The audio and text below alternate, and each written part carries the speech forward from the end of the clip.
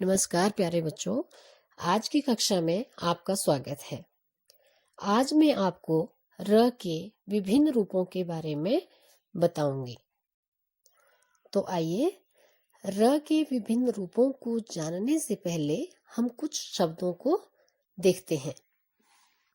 जैसे कुछ शब्द हैं सागर, पर, धरती और पर्वत। तो इन सब शब्दों में र का प्रयोग हुआ है। जो पहले 4 शब्द हैं सागर, पर, धरती और, इन शब्दों में र पूरा है, अर्थात र में अस्वर भी है। लेकिन पर्वत में र आधा है, अर्थात यह स्वर रहित है।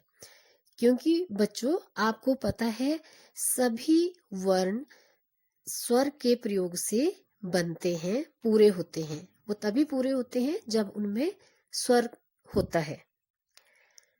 तो कुछ शब्द हैं जैसे सिर्फ, नर्तक, वर्षा, पर्वत। इन शब्दों में र ऊपर आता है। जैसे जिस अक्षर से पहले हम इसको पढ़ते हैं उस अक्षर के ऊपर र का प्रयोग किया जाता है। जैसे सिर्फ, नर्तक।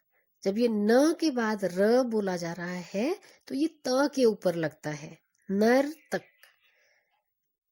वर्षा, व के बाद और श के ऊपर है।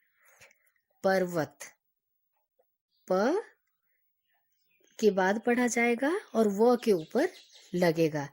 तो इस र को रेफ कहते हैं और यह र स्वर रहित है, अर्थात यह र आधा है। तो बच्चों, आपने एक पढ़ा पूरा र, दूसरा आधा र।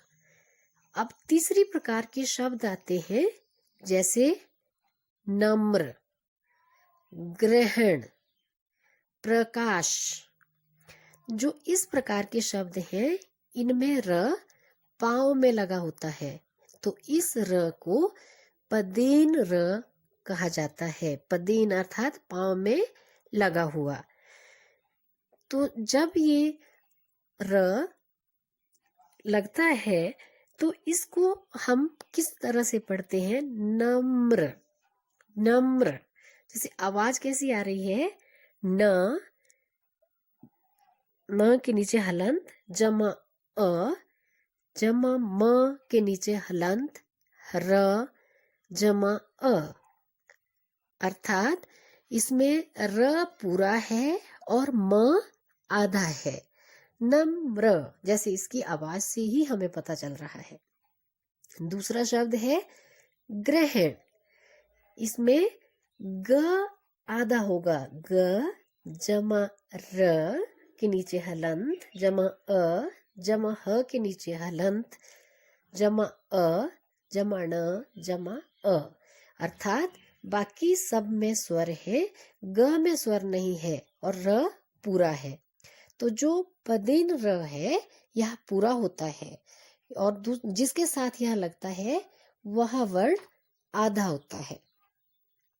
और यह र, इस प्रकार का जो र है, यह सिर्फ खड़ी पाई वाले वर्णों में ही लगता है। जैसे आपने देखा म के नीचे लगा है नम्र में, ग्रहण में ग के नीचे लगा है, प्रकाश में प के नीचे लगा है। और इसी र का एक और रूप है जो गोल घेरे वाला, जिनका पेट होता है शब्द वर्णों का, उनके नीचे लगता है। जैसे ड और ट। जैसे शब्द है ड्रम, ट्रक, राष्ट्र। जो इस प्रकार के वर्ण होंगे उनके नीचे यह लगेगा। तो जैसे बच्चों ड्रम है और ड्रम में ड आधा है, इसमें र पूरा है, मतलब स्वर सहित है, और म भी पूरा है। उसी प्रकार ट्रक में ट आधा है, र पूरा है। ये दो पदेन र के रूप हैं। और बच्चों, एक आप री की मात्रा लगती है, कई बार आप इसमें कंफ्यूज हो जाते हैं। जैसे हम लिखते हैं कृषि, संस्कृत, संस्कृति, कृपा। जो इस प्रकार के शब्द हैं और ये री की मात्रा की आवाज देते हैं, ये र का रूप नहीं है, ये री की मात्रा है, र का रूप नहीं है। यह एक स्वर री की मात्रा है जो कि इन वर्णों में लगती है और इस तरह की आवाज देती है।